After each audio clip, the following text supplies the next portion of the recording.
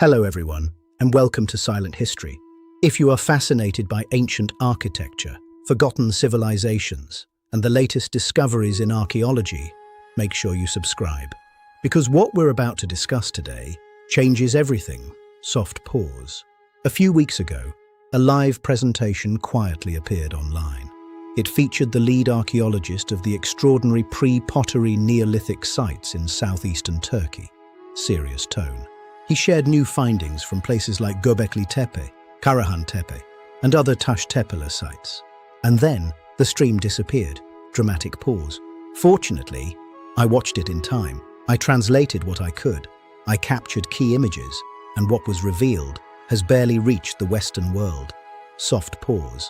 For years now, excavations have continued, but detailed academic publications? Very few. If we want updates, we rely on news headlines, and headlines simplify everything. They still call Göbekli Tepe the world's oldest temple. Serious tone.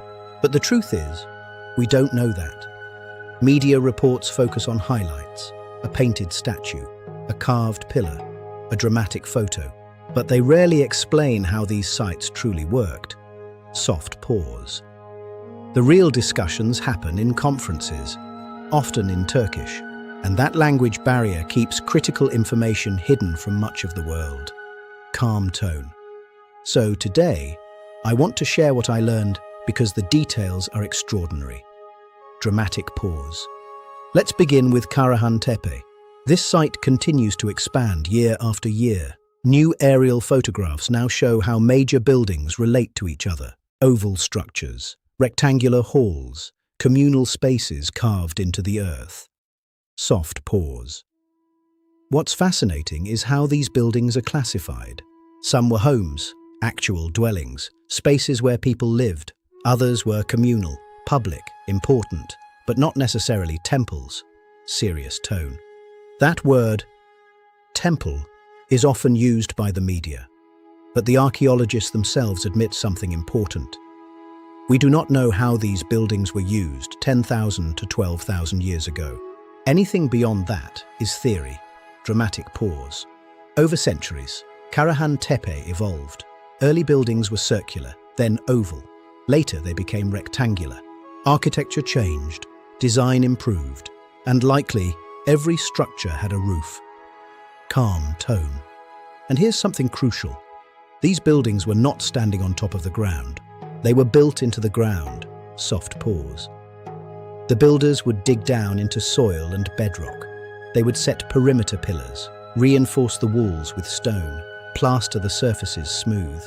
Sockets were carved for central pillars. Sometimes floors were bedrock. Sometimes they poured a lime-based mixture, similar to concrete, an early form of terrazzo. Serious tone. This mixture was waterproof, which raises an interesting possibility. Could some of these structures have held water? Dramatic pause. The landscape mattered too. If the land was flat, entry may have been through the roof. If built into a slope, an entrance corridor would be carved into the hillside. These people understood geology. They designed with the land, not against it. Soft pause. But here's something even more important. What we see today is the final phase of these sites. After centuries of rebuilding, renovation, damage, repair. Serious tone. Walls were rebuilt. Pillars were reused. Buildings shrank over time as new walls were constructed inside older ones. Not because of symbolism, but because of natural forces. Soil pressure, floods, slope slides, earthquakes. These semi-subterranean structures were constantly under stress. Dramatic pause. Eventually, a building would reach its limit. And then something remarkable happened. It was deliberately filled in. Soft pause. Not the entire site at once, not an overnight abandonment, but one structure at a time, decommissioned, buried, and replaced nearby. Sometimes artifacts were placed inside before filling. Statues, bowls, carvings. Was it ceremony? Respect? Closure? We don't know. Calm tone. Recently, a new rectangular communal building was uncovered, and aerial images suggest another may lie beside it. excavation is still in its early stages.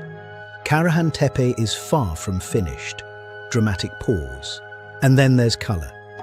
A wild boar statue from Göbekli Tepe was found with red, white, and black pigment. It was once painted, the oldest painted statue ever discovered. Serious tone. And now, there is evidence that pillars themselves may have been painted. Imagine these sites not beige and dusty, but vibrant, alive with color. Soft pause. There's more. At Karahan Tepe, archaeologists have identified what appears to be the world's oldest stone stairway, leading down into a semi-subterranean structure. Until now, we assumed stairs were wooden, lost to time. But this one survived. Dramatic pause. Every season brings something new. And then there's Göbekli Tepe. Geophysical surveys have revealed more structures underground, possibly even larger than those already excavated. Excavations are set to expand, and if predictions are correct, the largest communal building may still be waiting below the surface. Soft pause. We have only seen the edge of this story. For decades, we have studied just the tip of the iceberg. Now, we may finally begin to see what lies beneath it. Dramatic pause. New buildings, new pillars, new art, new understanding, and perhaps a new way of viewing our ancient ancestors. Thank you for watching Silent History. If this journey into the past fascinates you, subscribe, like the video, and share your thoughts below, because the story of our origins is only just beginning. This is Silent History, and the past is never truly silent. Stay curious.